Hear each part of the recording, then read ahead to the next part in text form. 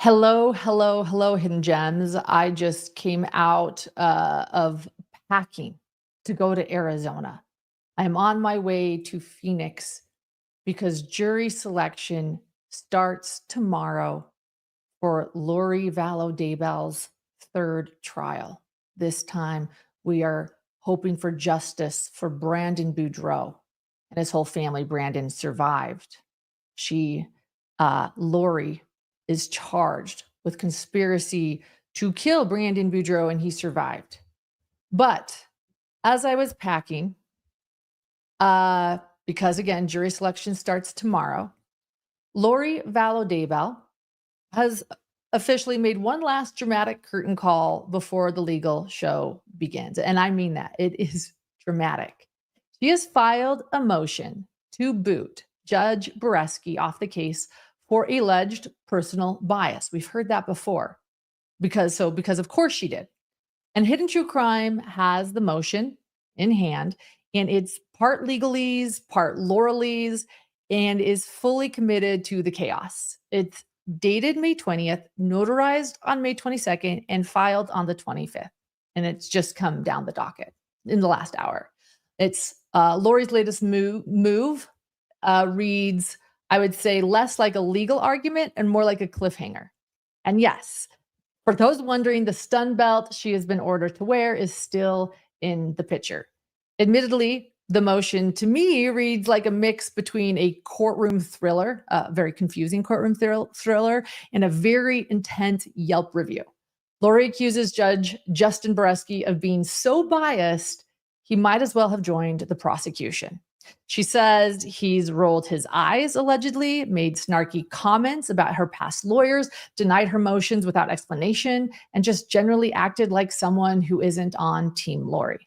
She then launches into a full-speed collision with the Speedy Trial Act, arguing that the judge blew past deadlines, used bad faith delays, and turned what should have been a brisk legal sprint into a never-ending procedural marathon.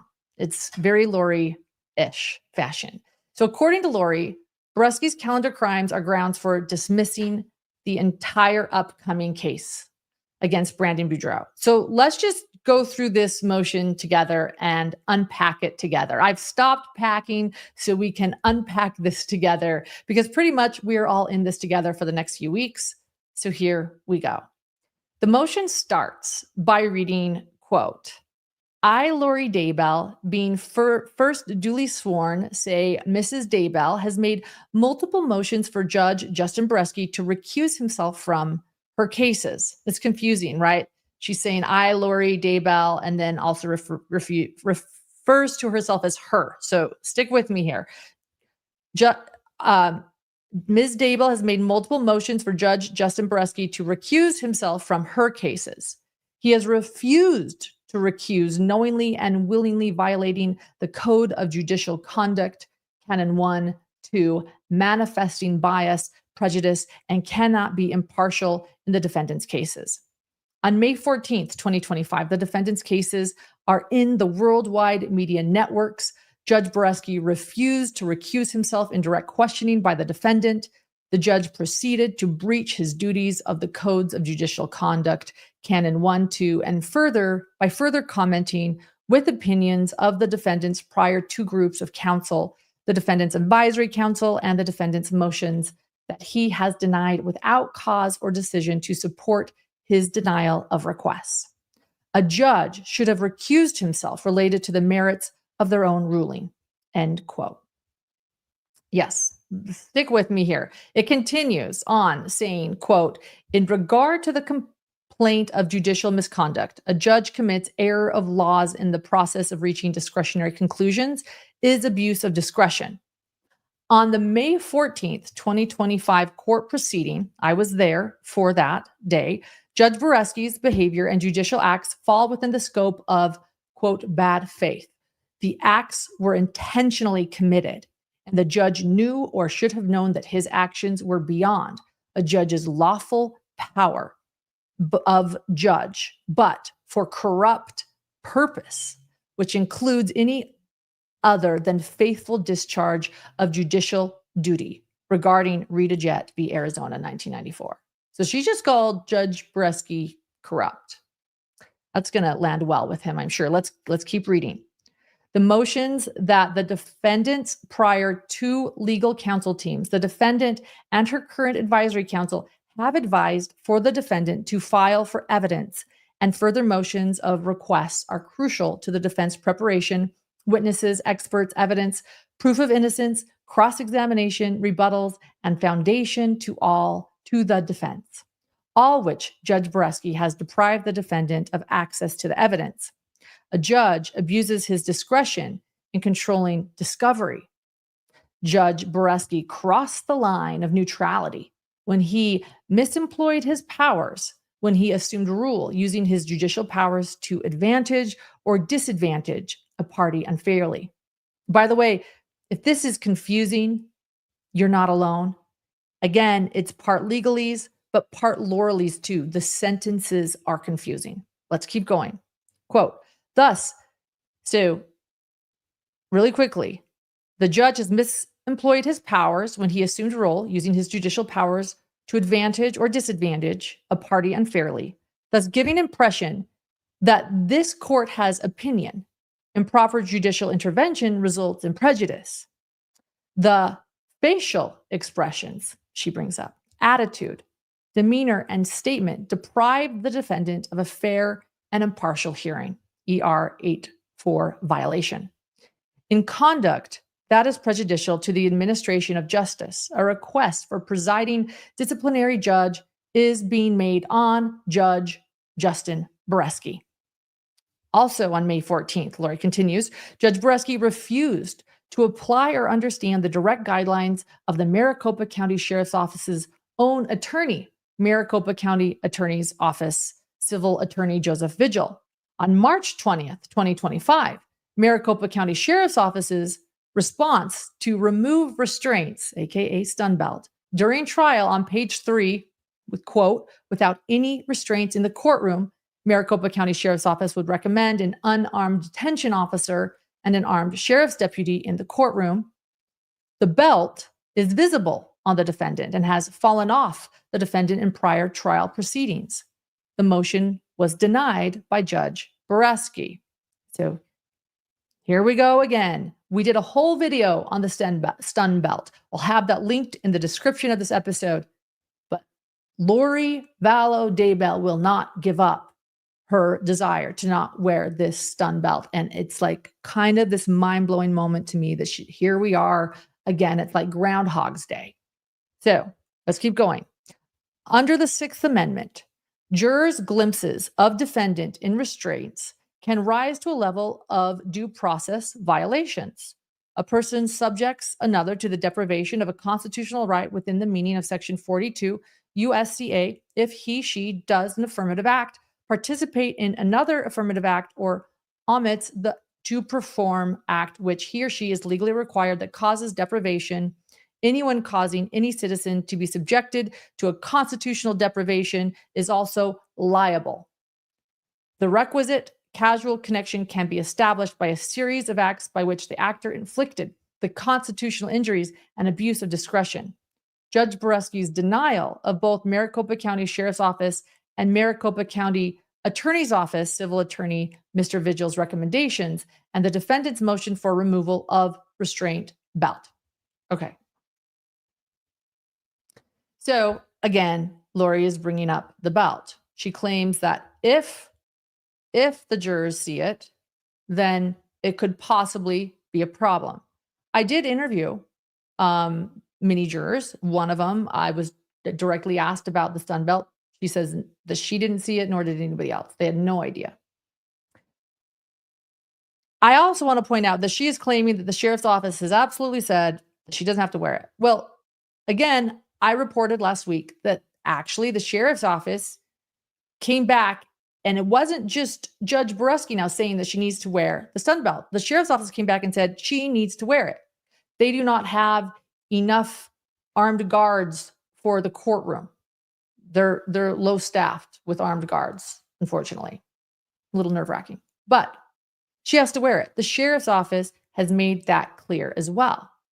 And you think that between the Judge Bresky and also the Maricopa County Sheriff's Office responding with this absolute, you need to wear it, she would give up. But Lori does not give up. Again, we'll have the whole stun belt outline in the description of this episode, in the pinned comment, and we'll have it in chat here. So kind of mind-blowing. It's like, Groundhog's Day in May. The defendant is, she continues. So the defendant, quote, the defendant is pro per, filed May 10th, 2025, and denied by Judge Boreski.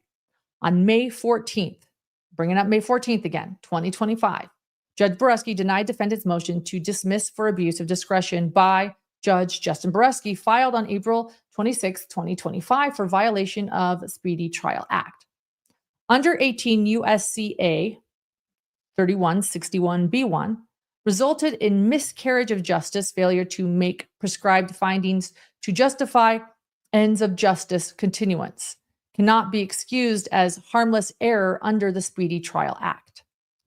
I'm going to say an end of justice must be filed, therefore, violation of Rule 15.7, due process, 3161. The Sixth Amendment right to speedy trial, Congress enacted the Speedy Trial Act, which criminal trials must commence. Under 18 U.S.C.A. 3161, the Speedy Trial Act and case law are silent as to what a non-statutory factor district court should generally consider.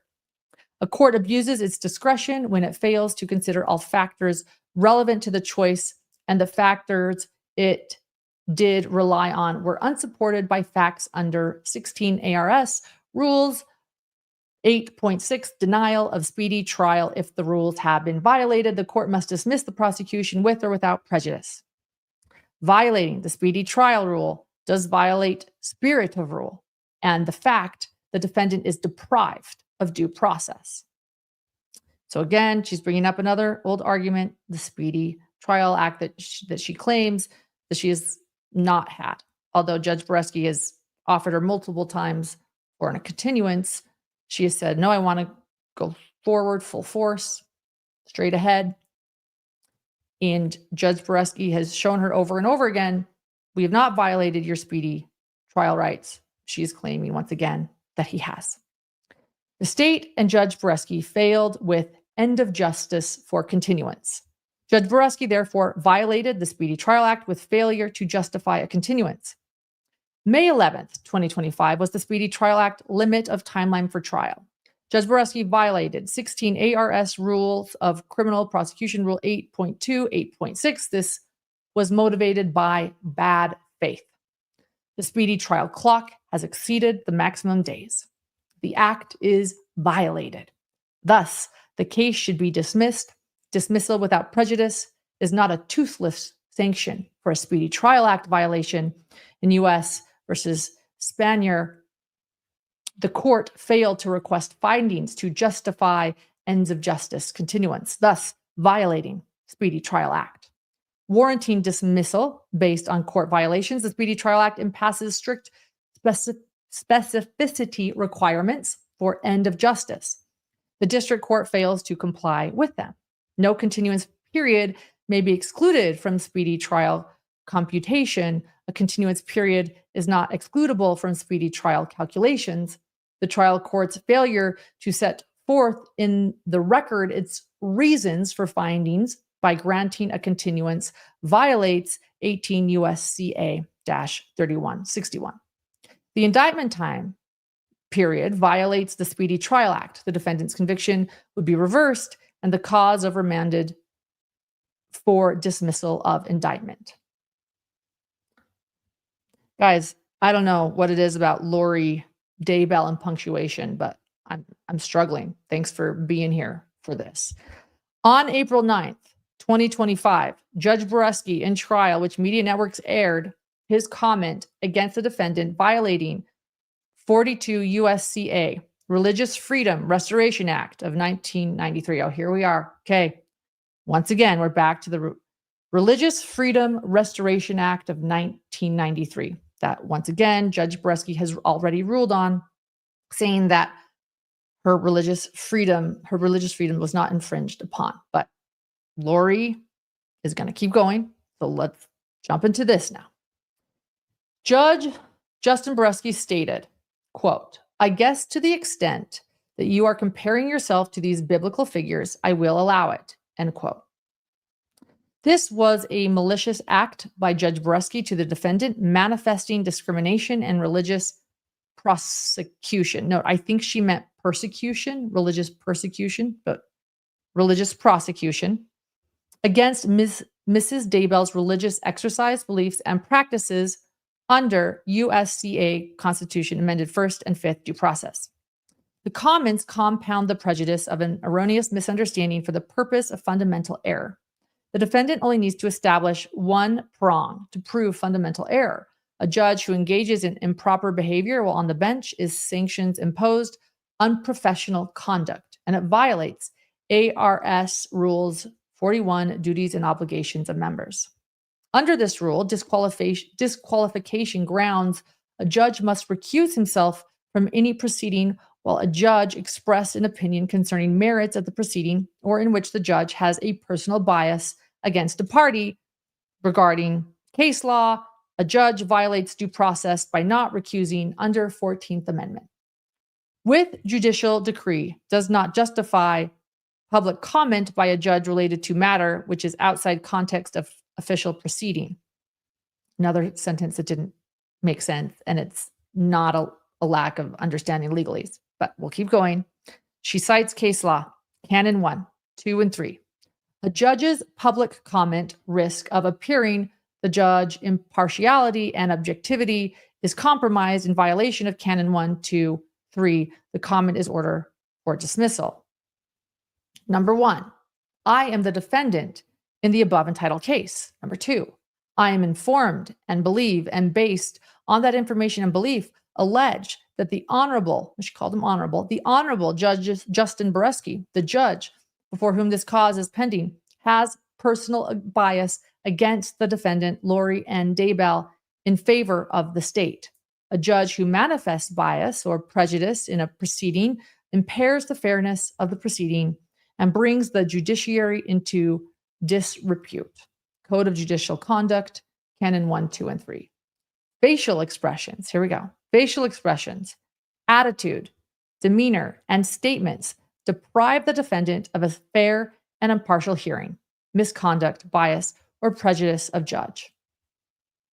So remember how we all said that Judge Bresky, I'm taking a pause from reading this, Laura Lee's for a second. Remember how we've all said that Judge Bresky is literally the most like gray rocking judge of all gray rocking judges we've seen, meaning he does a very good job not wearing his emotion on his face, but not according to Lori. So it's just surprising. And this is new.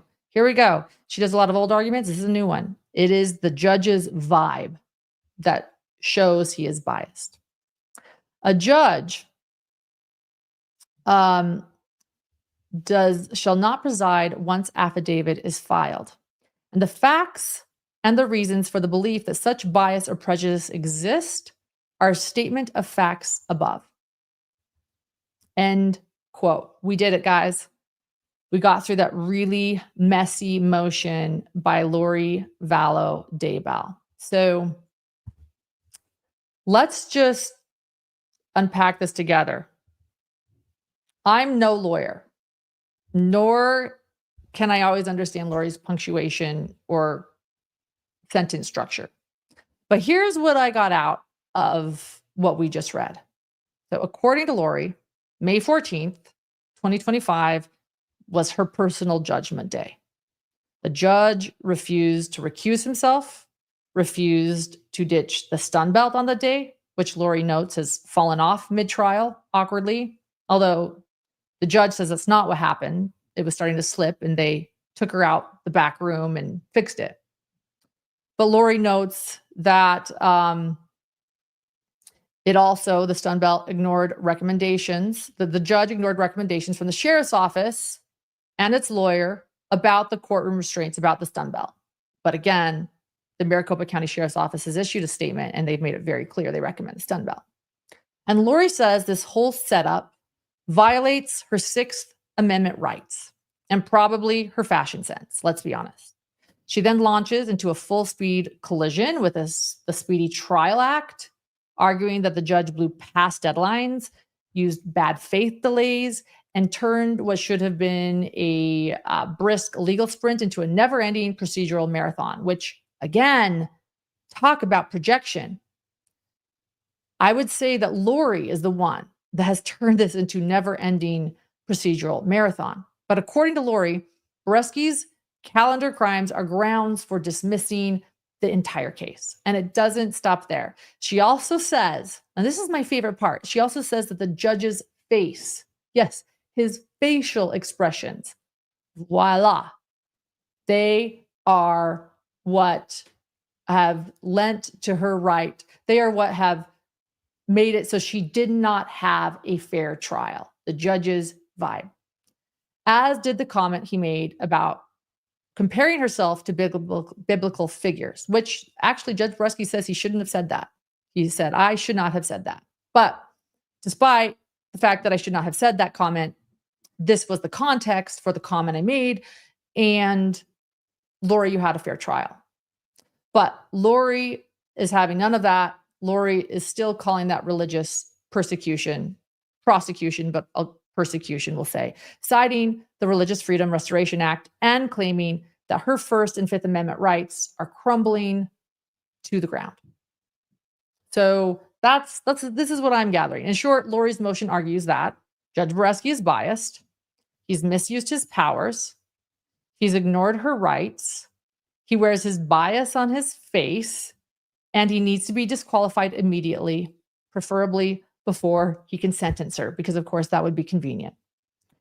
It is dramatic, and it might just be the most Lori move yet, calling the judge corrupt.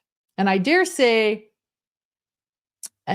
could this be a foreshadowing of what's to come in this upcoming trial? Is this Lori we're seeing who's a lot feistier, who's not giving up, who's demanding the judge be recused, who's calling the judge corrupt when he's about to be with her at this next third trial? I wonder if it is because she lost. She was fairly well behaved during her murder trial for Charles Vallow. I mean, we saw Lori's Lori, so that's all relative. I'm not saying that Lori wasn't Lori during that trial. We saw Lori unhinged at times during that trial. But for the most part, I think our expectations, or the expectation of what I had versus how she carried herself in that trial, you know, she did a decent job keeping that facade or that mask on, as well as the stun belt. She kept that on too. I feel like this might be a foreshadowing of what's to come. She is angry that she lost. She told us in her interview with Brianna, remember Brianna who interviewed Lori after her last trial in Arizona, that she thought she was going to win. She was shocked when the verdict came back that she was guilty. I think she's angry. I think the gloves are coming off. And what I mean by that is her mask is coming off. This is who Lori is.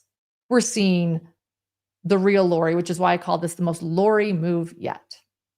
I think it is a foreshadowing of what we might see at this next trial. I am off to go pack. I have a long drive to Arizona. So hit subscribe, hit notifications, because I honestly think that the next few weeks are going to be a ride we won't forget. So let's buckle up. And thank you to those who are also our Patreon subscribers. Dr. John Matthias, my co-host, will be on there weekly during this trial as well, giving his thoughts. And I think we'll start with this motion. Thanks, everyone. We'll see ya. Oh, before I go, I'm always told I've got to check. Thank you, everyone. Thank you for the new hidden true crime memberships and the gifted memberships. Thank you. All right. We'll see you guys. Bye-bye.